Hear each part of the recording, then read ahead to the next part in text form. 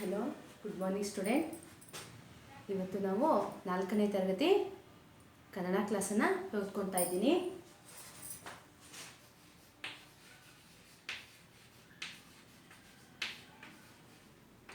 ನಾಲ್ಕನೇ ತರಗತಿ ವಿಷಯ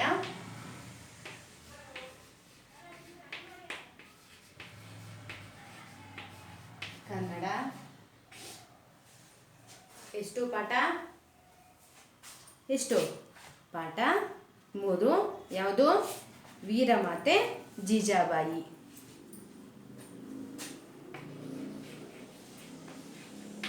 ಪಾಠ 3 ವೀರಮಾತೆ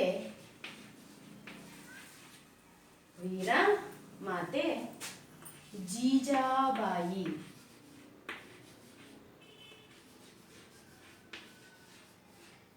ವೀರಮಾತೆ ಜೀಜಾಬಾಯಿ. ನಾವು ಹಿಂದಿನ ತರಗತಿಯಲ್ಲಿ ಈ ಪಾಠದ ಸ್ವಲ್ಪ ಭಾಗವನ್ನು ಓದಿದ್ವಿ ಅಲ್ವಾ? ಈಗ ಅದರ ಮುಂದಿನ ಭಾಗವನ್ನು ನೋಡ್ತಾ ಹೋಗೋಣ. ನಮ್ಮ ದೇಶಕ್ಕಾಗಿ ಒನಕೆ ಓಬವ್ವ ಆಗಿರ್ಬೋದು, ಕಿತ್ತೂರು ರಾಣಿ ಚೆನ್ನಮ್ಮ, ಅದೇ ರೀತಿ ಝಾನ್ಸಿ ರಾಣಿ ಲಕ್ಷ್ಮೀಬಾಯಿ, ಹೀಗೆ ಹಲವಾರು ವೀರವನಿತೆಯರು ಹೋರಾಟವನ್ನು ಮಾಡಿದ್ದಾರೆ. ಅದೇ ರೀತಿ ಇಲ್ಲೂ ಕೂಡ ವೀರಮಾತೆ ಜೀಜಾಬಾಯಿ ಅನ್ನೋಳು ತನ್ನ ಮಗನನ್ನು ಯಾವ ರೀತಿ ಬೆಳೆಸ್ತಾಳೆ ಮತ್ತು ಅವನಲ್ಲಿ ಯಾವ್ಯಾವ ವಿದ್ಯೆಗಳನ್ನೆಲ್ಲ ಕಳಿಸ್ತಾಳೆ ಅನ್ನೋದನ್ನು ನಾವೇ ತಿಳ್ಕೊಬೋದು. ಇಲ್ಲಿ ಅಮ್ಮ ಮಗನ ನಡುವೆ ಸಂಭಾಷಣೆ ನಡೀತಾ ಇರುತ್ತೆ. ಯಾರು? ಅಮ್ಮ ಮಗ ಯಾರು? ಜೀಜಾಬಾಯಿ. ಮತ್ತು ಅವನ ಮಗ ಯಾರು? ಮಗನ ಹೆಸರು ಛತ್ರಪತಿ ಶಿವಾಜಿ. ಜೀಜಾಬಾಯಿ ಮಗನ ಹೆಸರೇನು? ಛತ್ರಪತಿ ಶಿವಾಜಿ.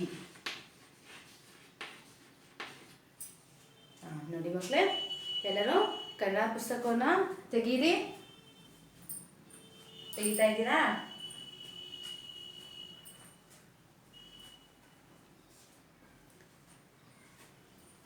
ಬೇಗ ಬೇಗ ತೆಗಿಬೇಕು. Page number 14. Page number 14.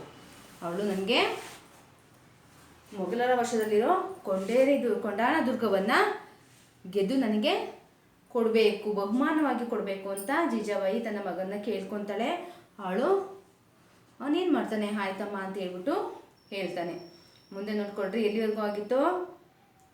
Maratha ಸಾಮ್ರಾಜ್ಯದ ಉನ್ನತಿಗೆ ಕಾರಣನಾದ ಛತ್ರಪತಿ ಶಿವಾಜಿ, ಅಲ್ಲಿವರೆಗೂ ಆಗಿತ್ತಲ್ಲ. ಮುಂದೆ ನೋಡ್ಕೊಳ್ರಿ, ಜೀಜಾಬಾಯಿ ಕ್ರಿಸ್ತ ಶಕ, ಅದನ್ನ ಯಾವ ರೀತಿ ಓದ್ತೀವಿ ಅಂದರೆ ಕ್ರಿ ಶಾಂತ ಇದೆ ಅಲ್ವಾ ಅಲ್ಲಿ, ನೋಡ್ರಿ ಇದನ್ನ ಕ್ರಿಸ್ತ ಶಕ ಅಂತ ಓದಬೇಕು. ಯಾವ ರೀತಿ? ಕ್ರಿಸ್ತ ಶಕ 1594. ನಿಮಗೆ ಕನ್ನಡ ಅಂಕಿಗಳನ್ನ ಓದೋದನ್ನು ಕಲಿಬೇಕಾಗುತ್ತೆ. ನೀವು ಕನ್ನಡ ಅಂಕಿಗಳು 1ರಿಂದ ನಿಮ್ಮ ಟೆಕ್ಸ್ಟ್ ಬುಕ್ಕಲ್ಲಿ ಓದೋ ವರ್ಷನೇ ಇತ್ತಲ್ವ, ನಿಮಗೆ 1ರಿಂದ 100ವರೆಗೂ ಇತ್ತು. ಅದನ್ನು ನೀವು ಕಂಟಿನ್ಯೂ ಮಾಡಬೇಕು ಮತ್ತು ಓದೋದನ್ನ ಕಲಿಬೇಕು. 1594 ಕ್ರಿಸ್ತಶಕ 1594. 94ರಲ್ಲಿ ಯಾರು? ಲಖೂಜಿ ಜಾಧವರಾವ್, ಜೀಜಾಬಾಯಿಯ ತಂದೆ ಹೆಸರು ಲಖೂಜಿ ಜಾಧವರಾವ್.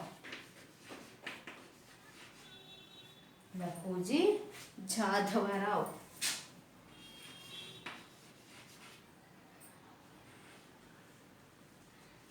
ಜೀಜಾಬಾಯಿ ಕ್ರಿಸ್ತಶಕ 1594ರಲ್ಲಿ ಲಖೂಜಿ ಜಾಧವರಾವ್ ಅವರ ಮಗಳಾಗಿ ಜನಿಸಿದಳು. ಕ್ರಿಸ್ತಶಕ 1603ರಲ್ಲಿ ಶಹಾಜಿಯನ್ನು ವಿವಾಹವಾದಳು. ಕ್ರಿಸ್ತಶಕ 1603ರಲ್ಲಿ ಶಹಾಜಿಯನ್ನು ವಿವಾಹವಾದವಳು. ಶಹಾಜಿಯು ಬಿಜಾಪುರದ ಆದಿಲ್ ಶಾಹಿಯಲ್ಲಿ ಉದ್ಯೋಗ ಮಾಡುತ್ತಿದ್ದನು. ಶಹಾಜಿಯು ಬಿಜಾಪುರದ ಆದಿಲ್ ಶಾಹಿಯಲ್ಲಿ ಉದ್ಯೋಗ ಮಾಡುತ್ತಿದ್ದನು. ಕ್ರಿಸ್ತಶಕ 1627ರಲ್ಲಿ ಕ್ರಿಸ್ತಶಕ 1627ರಲ್ಲಿ ಶಿವನೇರಿ ದುರ್ಗದಲ್ಲಿ ಈ ದಂಪತಿಗಳ ಮಗನಾಗಿ ಶಿವಾಜಿಯು ಜನಿಸಿದನು. ಎಷ್ಟರಲ್ಲಿ? ಕ್ರಿಸ್ತಶಕ 1627ರಲ್ಲಿ ಶಿವನೇರಿ ದುರ್ಗದಲ್ಲಿ ಈ ದಂಪತಿಗಳ ಮಗನಾಗಿ ಶಿವಾಜಿಯು ಜನಿಸಿದನು.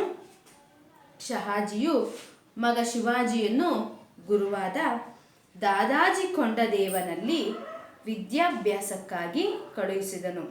ಎಲ್ಲಿ ಕಳಿಸ್ತೇವನು? ಶಹಾಜಿಯು ಮಗ ಶಿವಾಜಿಯನ್ನು ಗುರುವಾದ ದಾದಾಜಿ ಕೊಂಡದೇವನಲ್ಲಿ ವಿದ್ಯಾಭ್ಯಾಸಕ್ಕಾಗಿ ಕಳುಹಿಸಿದನು. ಗುರು ದಾದಾಜಿ ಕೊಂಡದೇವನು ಶಿವಾಜಿಗೆ ಕತ್ತಿ ವರಸೆ, ಕುದುರೆ ಸವಾರಿ ಮುಂತಾದ ಯುದ್ಧ ಕಲೆಗಳನ್ನು ಕಲಿಸಿದನು. ಏನೇನು ಕಲಿಸ್ತವನು? ಗುರು ದಾದಾಜಿ ಕೊಂಡದೇವನು ಶಿವಾಜಿಗೆ ಕತ್ತಿ ವರಸೆ, ಕುದುರೆ ಸವಾರಿ ಮುಂತಾದ ಯುದ್ಧ ಕಲೆಗಳನ್ನು ಕಲಿಸಿದನು.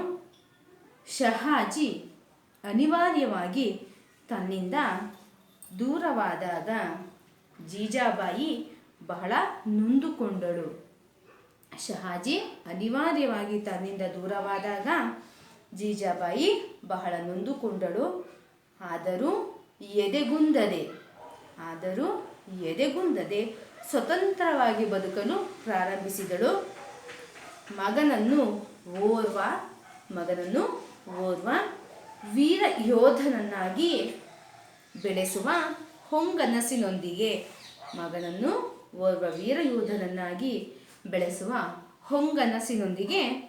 ಪುಣೆಗೆ ಬಂದು ಅವನೊಂದಿಗೆ ನೆಲೆಸಿದಳು. ಜೀಜಾಬಾಯಿ ಚಾಣಾಕ್ಷ ಎನ್ನುವ ಮಗಳು ಕೇವಲ ಓರ್ವ ಸಾಮಾನ್ಯ ಮಹಿಳೆಯಂತೆ ಬದುಕಿನ ಆಗು ಹೋಗುಗಳನ್ನು ನೆನೆದು ದುಃಖಿಸುವ ಹೆಣ್ಣಾಗಿರಲಿಲ್ಲ. ಅಖಂಡ ಭಾರತದಲ್ಲಿ ಮೊಘಲರ ಆಳ್ವಿಕೆಯನ್ನು ಕೊನೆಗೊಳಿಸಲು ಪಣ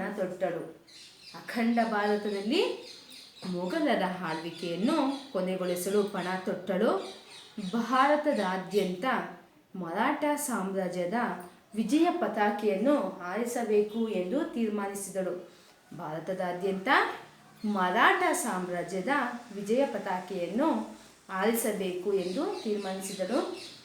ಪರಕೀಯರ ಗುಲಾಮಗಿರಿಯಿಂದ ಹೊರಬಂದು ಸ್ವತಂತ್ರವಾಗಿ ಬಾಳಬೇಕು ಎಂದು ನಿರ್ಧರಿಸಿದಳು.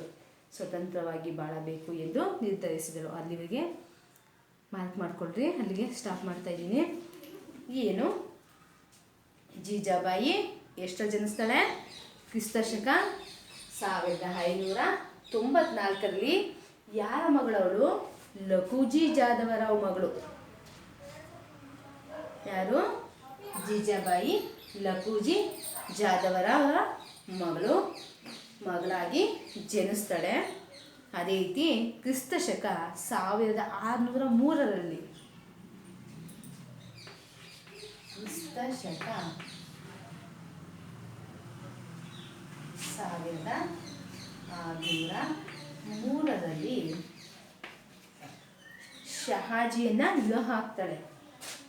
ಶಹಾಜಿಯನ್ನ ವಿವಾಹ ಆಗ್ತಾಳೆ.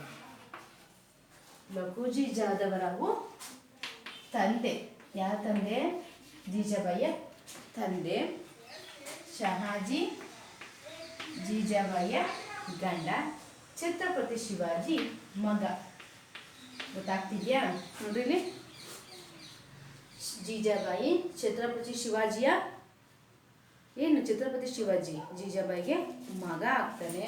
ಅದೇ ರೀತಿ ಲಕುಜಿ ಜಾದವರಾವು ಜೀಜಾಬಾಯಿಯ ತಂದೆ. ಅದೇ ರೀತಿ ಜೀಜಾಬಾಯಿಯ ಗಂಡನ ಹೆಸರು ಶಹಾಜಿ. ಎಷ್ಟು ಮದುವೆ ಆಗ್ತಾಳೆ ಅವಳು? ಕ್ರಿಸ್ತಶಕ 1603ರಲ್ಲಿ ಶಹಾಜಿಯನ್ನ ವಿವಾಹ ಆಗ್ತಾಳೆ. ವಿವಾಹ ಅಂದರೆ ಮದುವೆ, ಲಗ್ನ ಅಂತ ಹೇಳ್ಬಿಟ್ಟು ಕರಿತೀವಿ. ಶಹಾಜಿಯು ಬಿಜಾಪುರದ ಆದಿಲ್ ಶಾಹಿಯಲ್ಲಿ ಉದ್ಯೋಗ ಮಾಡುತ್ತಿದ್ದನು. ಉದ್ಯೋಗ ಅಂದರೆ ಕೆಲಸ. ಅವನು ಬಿಜಾಪುರದಲ್ಲಿ ಇರ್ತಕ್ಕಂಥ ಆದಿಲ್ ಶಾಹಿಗಳು, ಆವಾಗ ಬಿಜಾಪುರದಲ್ಲಿ ಆದಿಲ್ಶಾಹಿಗಳು ಆಳ್ವಿಕೆಯನ್ನು ನಡೆಸ್ತಾ ಇರ್ತಾರೆ. ಅಲ್ಲಿ ಶಾಹಿ ಮನೆತನ ಅಂತಲೇ ಕರೀತಾ ಇದ್ರು. ಆ ಶಾಹಿಯಲ್ಲಿ ಆದಿಲ್ಶಾಹಿಯಲ್ಲಿ ಉದ್ಯೋಗವನ್ನು ಮಾಡ್ಕೊಂಡಿರ್ತಾನೆ ಯಾರು? ಶಹಾಜಿ. ಅದೇ ರೀತಿ ಕ್ರಿಸ್ತ ಶಕ 1627 ಇಸ್ವಿಗಳನ್ನೆಲ್ಲ ನೆನಪಿಟ್ಕೋಬೇಕು. ಕ್ರಿಸ್ತ ಶಕ 1627 ಯಾರು?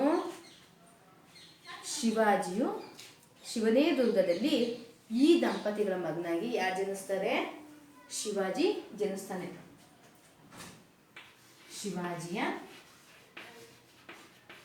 ಜನನ ಎಷ್ಟರಲ್ಲಿ? ಕ್ರಿಸ್ತ ಶಕ 1627 ಶಿವಾಜಿಯ ಜನನ ಆಗುತ್ತೆ. ಇದು ವಿವಾಹ ಆಗೋದು. ಶಹಾಜಿಯೊಂದಿಗೆ ವಿವಾಹ ಆಗ್ತಾಳೆ.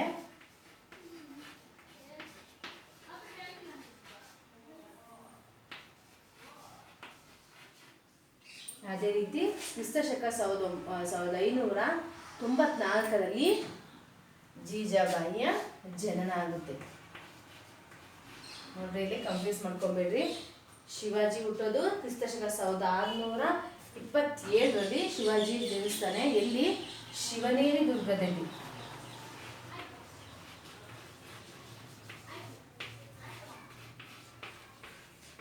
ಇಲ್ಲಿ ಶಿವನೇರಿ ದುರ್ಗ ಅನ್ನೋ ಒಂದು ಊರಿನಲ್ಲಿ ಶಿವಾಜಿ ಜನಿಸ್ತಾನೆ. ಅದೇ ರೀತಿ ಶಹಾಜಿಯು ಅವನ ತಂದೆ, ಶಿವಾಜಿಯ ತಂದೆ ಯಾರು? ಶಹಾಜಿ.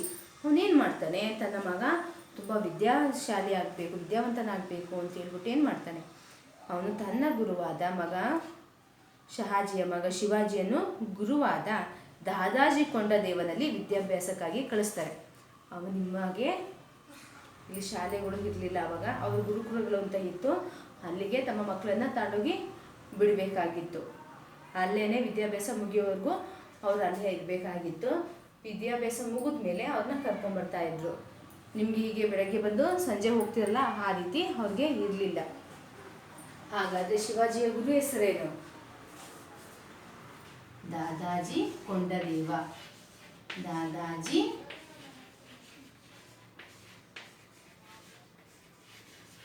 ಕೊಂಡದೇವ ಯಾರು? ಶಿವಾಜಿಯ ಗುರು. ಇಷ್ಟು ನೆನಪಿಟ್ಕೋಬೇಕಾಗುತ್ತೆ. ಶಿವಾಜಿಯ ಅಪ್ಪನ ಹೆಸರು ಶಹಾಜಿ, ಅಮ್ಮನ ಹೆಸರು ಜೀಜಾಬಾಯಿ. ಅದೇ ರೀತಿ ಗುರುವಿನ ಹೆಸರು ದಾದಾಜಿ ಕೊಂಡದೇವ. ಹಾಗಾದರೆ ಶಿವಾಜಿ ಎಲ್ಲಿ ಹುಟ್ಟುತ್ತಾನೆ? ಹುಟ್ಟಿದಂಥ ಸ್ಥಳ ಯಾವುದು? ಶಿವನೇರಿ ದುರ್ಗ. ಅದೇ ರೀತಿ ಗುರು ದಾದಾಜಿ ಕೊಂಡದೇವನು ಶಿವಾಜಿಗೆ ಕತ್ತಿ ವರಸೆ, ಒಬ್ಬ ರಾಜನಾದವನು ಕತ್ತಿ ವರಸೆನ ಕಲ್ತಿರ್ಬೇಕಾಗುತ್ತೆ. ಈಗೆಲ್ಲ ನಿಮಗೆ ಅವನ್ನೆಲ್ಲ ಕಲಿಸೋದಿಲ್ಲ. ಆವಾಗ ಅವರು ಯುದ್ಧ ಮಾಡಬೇಕಾಗಿತ್ತು. ಅದಕ್ಕೋಸ್ಕರ ಅವ್ರಿಗೆ ಕತ್ತಿ ವರಸೆ, ಕುದುರೆ ಸವಾರಿ ಅಂದರೆ ಕುದುರೆ ಮೇಲೆ ಕೂತ್ಕೊಂಡು ಅದನ್ನು ಹೇಗೆ ಹಿಡಿದಿಟ್ಕೊಬೇಕು ಅನ್ನೋದೆಲ್ಲ ಕಲಿಸ್ತಾ ಇದ್ರು. ಮತ್ತು ಮುಂತಾದ ಯುದ್ಧ ಕಲೆಗಳನ್ನ ಕಲಿಸ್ತಾ ಇದ್ರು. ಯುದ್ಧ ಮಾಡಬೇಕಾದ್ರೆ ಯಾವ ರೀತಿ ನಡ್ಕೊಬೇಕಾಗುತ್ತೆ, ಮತ್ತು ಯುದ್ಧದಲ್ಲಿ ಕೆಲವು ನಿಯಮಗಳಿರುತ್ತೆ, ಅದನ್ನೆಲ್ಲ ಪಾಲಿಸಬೇಕಾಗುತ್ತೆ. ಅದೇ ರೀತಿ ದಾದಾಜಿ ಕೊಂಡದೇವನು ಶಿವಾಜಿಗೆ ಕತ್ತಿ ವರಸೆ, ಕುದುರೆ ಸವಾರಿ ಮತ್ತು ಮುಂತಾದ ಯುದ್ಧ ಕಲೆಗಳನ್ನ ಕೂಡ ಅವರು ಕಲಿಸ್ತಾರೆ. ಮುಂದೇನಾಗುತ್ತಪ್ಪ ಅಂದರೆ, ಶಹಾಜಿ ಅನಿವಾರ್ಯವಾಗಿ ತನ್ನಿಂದ ದೂರವಾದಾಗ ಜೀಜಾಬಾಯಿ ಬಹಳ ನೊಂದುಕೊಂಡರು. ಏನೋ ಕಾರಣದಿಂದ ಶಹಾಜಿ ಏನಾಗ್ತಾನೆ?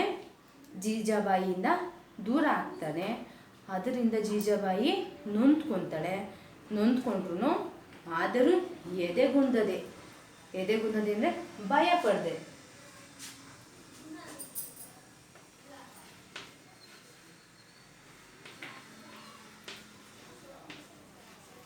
ಅಂದರೆ ಭಯ ಪಡ್ದಲೆ, ಅಂಜಿಕೆ ಪಡ್ದಲೆ ಅಂತ ಹೇಳ್ತಾರೆ.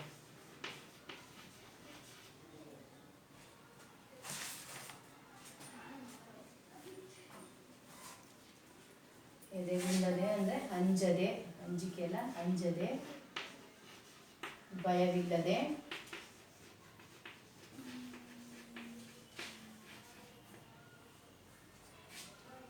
ಭಯ ಇಲ್ಲದೆ ಅವಳು ಏನು ಮಾಡ್ತಾಳಪ್ಪ ಅಂದರೆ ಸ್ವತಂತ್ರವಾಗಿ ಬದುಕಲು ಪ್ರಾರಂಭ ಮಾಡ್ತಾಳೆ. ಈಗ ನನ್ನ ಗಂಡ ದೂರ ಆಗಿದ್ದಾನೆ, ಅದಕ್ಕೋಸ್ಕರ ನಾನು ಅದನ್ನೇ ಚಿಂತೆಯಲ್ಲಿ ಕಾಲ ಕಳಿಬೇಕು ಅಂತ ಅವಳು ಕೂತ್ಕೊಳೋದಿಲ್ಲ. ಅವಳು ಏನು ಮಾಡ್ತಾಳೆ, ಭಯ ಪಡ್ದಲೇ ಸ್ವತಂತ್ರವಾಗಿ ಬದುಕಲು ಪ್ರಾರಂಭ ಮಾಡ್ತಾಳೆ.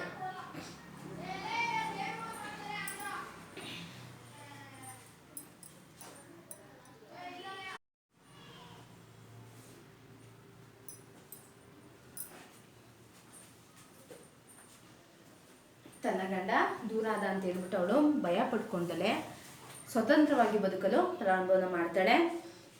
ಅದೇ ರೀತಿ ಮಗನನ್ನು ಓರ್ವ ವೀರಯೋಧನನ್ನಾಗಿ ಬೆಳೆಸುವ ಹೊಂಗನಸಿನೊಂದಿಗೆ, ಹೊಂಗನಸು ಅಂದರೆ ಸುಂದರವಾದ ಕನಸಿಗೆ ನಾವು ಹೊಂಗನಸು, ಸುಂದರವಾದ ಕನಸು, ನಾನು ಮುಂದೆ ಈಗ ಆಗಬೇಕು ಹಾಗಾಗಬೇಕು ಅಂತ ಹೇಳ್ಬಿಟ್ಟು ಕನಸುಗಳನ್ನ ಕಾಣ್ತಿರಲ್ವಾ, ಅದೇ ರೀತಿ ಸುಂದರವಾದ ಕನಸಿನೊಂದಿಗೆ ಪುಣೆಗೆ ಬಂದು ಅವನೊಂದಿಗೆ ನೆಲೆಸ್ತಾಳೆ. ಮೊದಲು ಶಿವನೇರಿ ದುರ್ಗದಲ್ಲಿ ಇರ್ತಾಳೆ, ಆಮೇಲೆ ಏನು ಮಾಡ್ತಾಳೆ, ಪುಣೆಗೆ ಹೋಗ್ತಾಳೆ.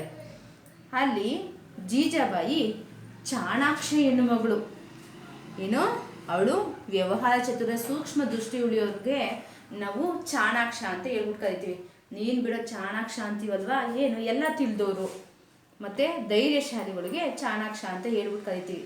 ಸೂಕ್ಷ್ಮ ದೃಷ್ಟಿ ಉಳ್ಳವರು ಮತ್ತು ಚತುರರು ಅಂತ ಹೇಳ್ತೀವಲ್ವಾ, ಅವರಿಗೆ ಚಾಣಾಕ್ಷ. ಇವಳು ಕೂಡ ಒಬ್ಬ ಚಾಣಾಕ್ಷ ಹೆಣ್ಣು ಮಗಳು. ಅವಳೇನು ಮಾಡ್ತಾಳೆ, ಕೇವಲ ಒಬ್ಬ ಸಾಮಾನ್ಯ ಮಹಿಳೆಯಂತೆ ಬದುಕಿನ ಆಗುಹೋಗುಗಳನ್ನು ನೆನೆದು ದುಃಖಿಸುವ ಹೆಣ್ಣಾಗಿರಲಿಲ್ಲ. ನಾವೇನು ಮಾಡ್ತೀವಿ ಮನೇಲಿ, ಅಯ್ಯೋ ನಮ್ಮ ಮನೆ ಹೀಗಾಯ್ತಲ್ಲಪ್ಪ ಹಾಗೆ ಹೀಗೆ ಅಂತ ಹೇಳ್ಬಿಟ್ಟು ಏನು ಮಾಡ್ತೀವಿ, ಯೋಚನೆ ಮಾಡಿಕೊಂಡು ಕೂತ್ಕೊತೀವಿ. ಆ ರೀತಿ ಯೋಚನೆ ಮಾಡ್ಕೊಂಡು ಕೂತ್ಕೊಳ್ಳೋ ಅಂತ ಹೆಣ್ಣಾಗಿರಲಿಲ್ಲ ಇವಳು. ಯಾರು, ಜೀಜಾಬಾಯಿ. ಏನು ಮಾಡಿದ್ಲು, ತನ್ನ ಗಂಡ ಬಿಟ್ಟೋದ್ರೂ ದೂರ ಆದರೂ ಕೂಡ ಇವಳೇನು ಮಾಡ್ತಾಳೆ, ತನ್ನ ಮಗನನ್ನು ಒಬ್ಬ ವೀರ ಯೋಧನನ್ನಾಗಿ ಮಾಡಬೇಕು, ಒಬ್ಬ ವೀರ ಪುರುಷನನ್ನಾಗಿ ಮಾಡಬೇಕು ಅಂತ ಹೇಳ್ಬಿಟ್ಟು ಪಣ ತೊಟ್ಟು ಏನು ಮಾಡ್ತಾಳೆ, ಪುಣೆಗೆ ಬರ್ತಾಳೆ. ಅಲ್ಲಿ ಪುಣೆಗೆ ಬಂದು ಅವನಿಗೆ ಹಲವಾರು ವಿದ್ಯೆಗಳನ್ನ ಕೂಡ ಕಲಿಸ್ತಾಳೆ. ಮತ್ತು ಯಾವಾಗಲೂ ದುಃಖ ಮಾಡ್ತಿರ್ಲಿಲ್ಲ ಇವಳು, ಹಾಗೆ ಹೀಗೆ ಅಂತ ಹೇಳ್ಬಿಟ್ಟು ಯೋಚನೆ ಮಾಡ್ತಾ ಇರಲಿಲ್ಲ. ಅಖಂಡ ಭಾರತದಲ್ಲಿ ಮೊಘಲರ ಆಳ್ವಿಕೆಯನ್ನು ಕೊನೆಗೊಳಿಸಲು ಪಣ ತೊಟ್ಟರು. ಅಖಂಡ ಇಡೀ ಭಾರತದಲ್ಲಿ ಮೊಘಲರ ಆಳ್ವಿಕೆ ಏನು ನಡೀತಾ ಇದೆಯೋ ಅದನ್ನು ಕೊನೆಗಾಣಿಸ್ಬೇಕು ಅಂತ ಪಣ ತೊಡೋದು, ಪ್ರತಿಜ್ಞೆ ಮಾಡೋದು. ಪಣ ಅಂದರೆ ಪ್ರತಿಜ್ಞೆ, ಪಣ ಅಂದರೆ ಪ್ರತಿಜ್ಞೆ.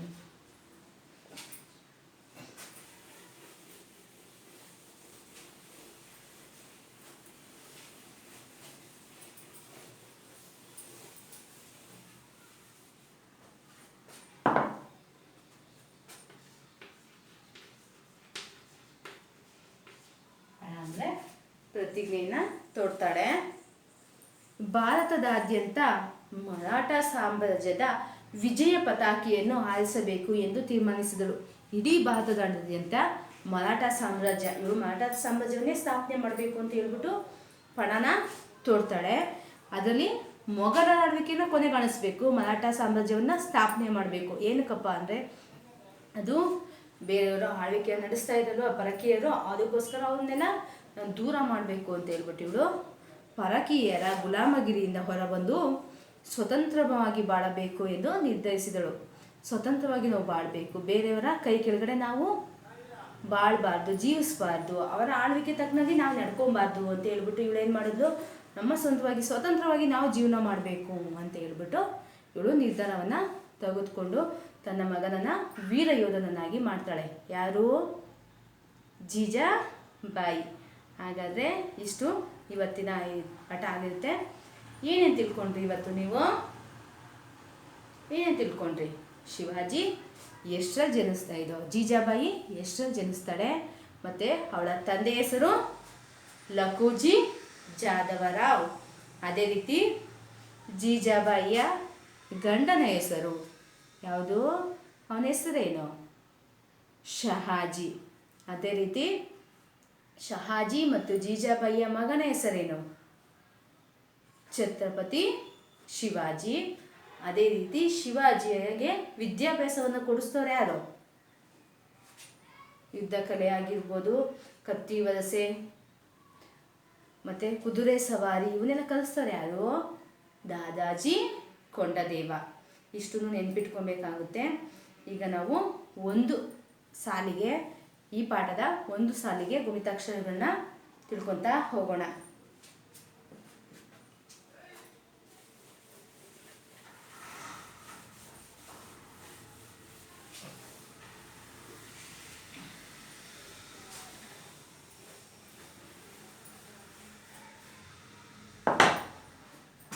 ಗುಣಿತಾಕ್ಷರಗಳು ಕ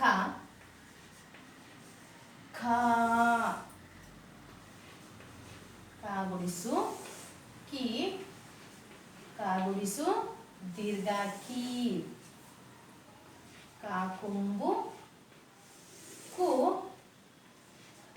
ಕೊಂಬು ಇಳಿ ಕೂ, ಕೊಟ್ಟು ಸುಳಿ ಕ್ರೂ, ಏತ್ವ ಕೆ, ಏತ್ವ ದೀರ್ಘ ಕೆ. ಕೇಳಿಸ್ಕೊಂತ ಇದೀನಾ? ಏತ್ವ ಐತ್ವ ಕೈ, ಏತ್ವ ಓತ್ವ ಕೋ,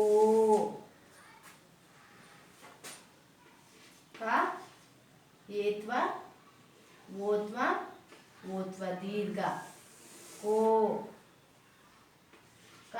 ಔತ್ವ ಕೌ,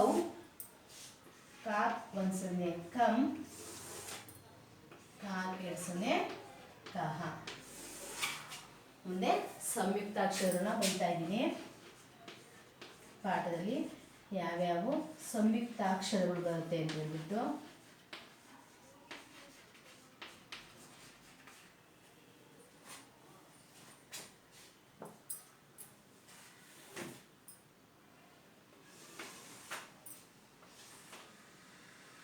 ನೋಡಿಲಿ. ತಲಕಟ್ಟು ಕ ಇಳಿ ಕಾ, ಗುಡಿಸು ಕಿ, ಗುಡಿಸು ದೀರ್ಘ ಕೀ, ಕೊಂಬು ಕು, ಕೊಂಬು ಇಳಿ ಕೂ, ಕೊಟ್ರು ಸುಳಿ ಕ್ರೂ, ಏತ್ವ ಕೆ, ಏತ್ವ ದೀರ್ಘ ಕೇ, ಏತ್ವ ಐತ್ವ ಕೈ. ಏನು? ಕಾಗೆ ಏತ್ವ ಮತ್ತೆ ಐತ್ವ ಕೈ, ಓತ್ವ ಕೋ, ಓತ್ವ ದೀರ್ಘ ಕೋ, ಔತ್ವ ಕೌ, ಒಂದು ಸೊನ್ನೆ ಕಂ, ಎರಡು ಸೊನ್ನೆ ಕಹ. ಯಾವ ಸಾಲನ್ನು ತೆಗೆದುಕೊಳ್ಳೋಣ ಹಾಗಾದ್ರೆ?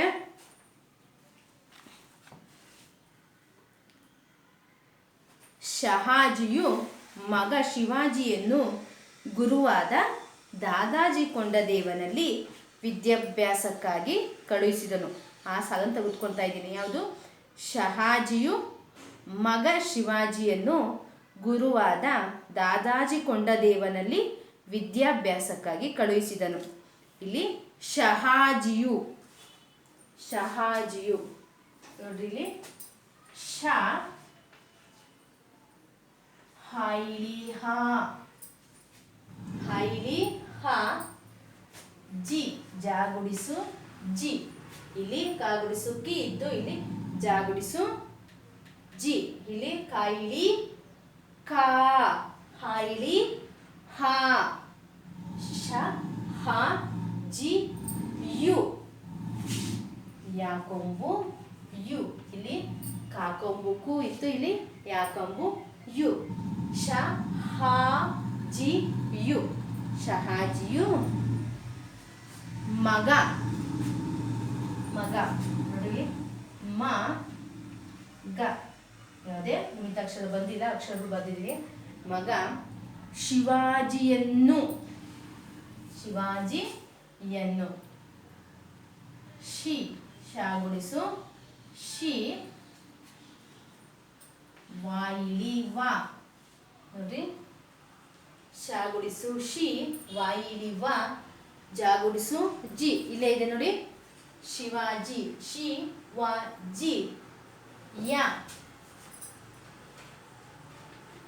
ನು ನಾಕೊಂಬು ನು, ನಾಕೊಂಬು ನು. ಇಲ್ಲಿ ಒತ್ತಕ್ಷರಗಳು ನಾಕೆ ನಾ ಒತ್ತಕ್ಷರ ನ ಆಯಿತು. ಅದೇ ಇಲ್ಲಿ ನಾಕೊಂಬುನು ಆಯ್ತದೆ ನು, ಶಿವಾಜಿಯನ್ನು. ಓದೋದು ಹೇಗೆ ಅಂತ ತಿಳ್ಕೊತಾ ಇದ್ದೀರಾ? ಇಲ್ಲಿ ಶಾಗುಡಿಸು ಶಿ, ವೈಲಿ ವ. ಅದೇ ರೀತಿ ಶಿ ವ ಜಿ, ಜಾಗುಡಿಸು ಜಿ, ಯ ನು, ಶಿವಾಜಿಯನ್ನು. ಶಹಾಜಿಯ ಮಗ ಶಿವಾಜಿಯನ್ನು ಗುರುವಾದ, ಗುರು ವಾಕೊಂಬು ಗು, ರಾಕೊಂಬುರು, ಗುರು ಗುರುವಾದ. ವ ಇಲ್ಲಿ ವ ಇಲ್ಲಿದೆ, ದ ಗುರುವಾದ, ಗುರುವಾದ, ಗುರುವಾದ. ದಾದಾಜಿ ಕೊಂಡದೇವನಲ್ಲಿ, ದಾದಾಜಿ ಕೊಂಡದೇವನಲ್ಲಿ.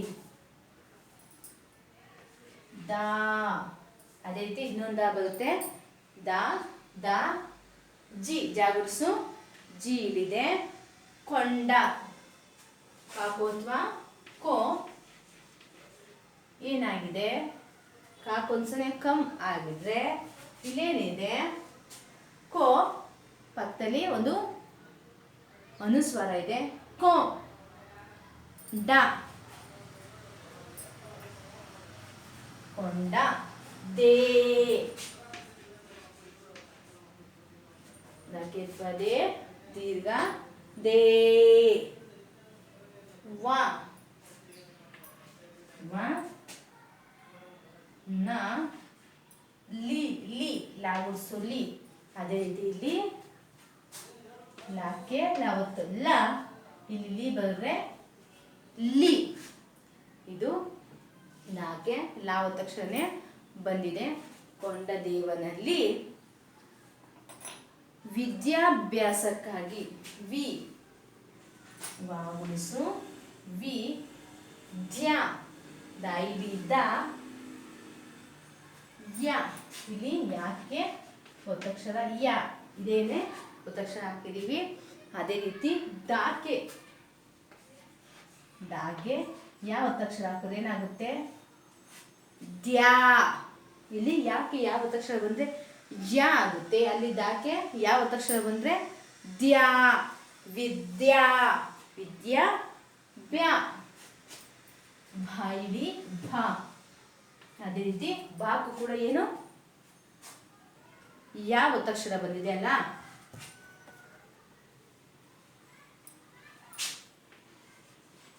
ಬಾಕು ಕೂಡ ಯಾ ಒತ್ತಕ್ಷರ ಬಂದಿದೆ. ಭ್ಯಾ, ವಿದ್ಯಾ ಅಂತೂ ಇದು ಭ್ಯಾ, ವಿದ್ಯಾ ಭ್ಯಾ ಸ ಕಾ, ಕಾಯಿಲಿ ಖ, ಅದಕ್ಕೆ ಕಾ ಒತ್ತಕ್ಷರ ಬಂದಿದೆ ನೋಡಿ, ಖಾ, ಕಾಗೆ ಖಾ ಹಾಕಿದ್ರೆ ಖ ಆಯಿತು. ಅದೇ ಇಲ್ಲಿ ಕಾಯಿಲಿ ಖಾ ಬಂದಿದೆ, ಖಾ.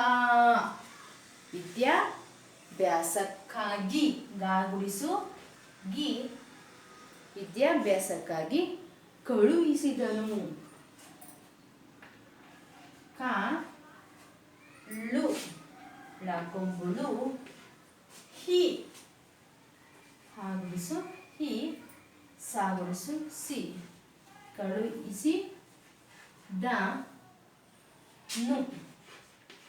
ನೋಡ್ರಿ ಇದು ಒಂದು ಸಾಲಿಗೆ ನಾನು ಗುಣಿತಾಕ್ಷರಗಳನ್ನ ಬರ್ದಿದ್ದೀನಿ ನೋಡಿ. ಗುಣಿತಾಕ್ಷರಗಳನ್ನ ಇರೋದನ್ನೇ ಯಾವ ರೀತಿ ಓದೋದು ಅಂತ ಹೇಳ್ಬಿಟ್ಟು, ಕಾಕೊಂಬು ಕು, ಯಾಕೊಂಬು ಯು, ನಾಕೊಂಬು ನು, ಗಾಕೊಂಬು ಗು, ರಾಕೊಂಬು ರು, ಲಾಕೊಂಬುಳು, ನಾಕೊಂಬು ನು. ಅದೇ ರೀತಿ ಇಲ್ಲೂ ಕೂಡ ಕಿ, ಕಾಗುಡಿಸು ಕಿ, ಜಾಗುಡಿಸು ಜಿ, ಶಾಗುಡಿಸು ಶಿ, ಲಾಗುಡಿಸು ಲಿ, ವಾಗುಡಿಸು ವಿ, ಗಾಗುಡಿಸು ಗಿ, ಹಾಗುಡಿಸು ಇ, ಸಾಗುಡಿಸು ಸಿ.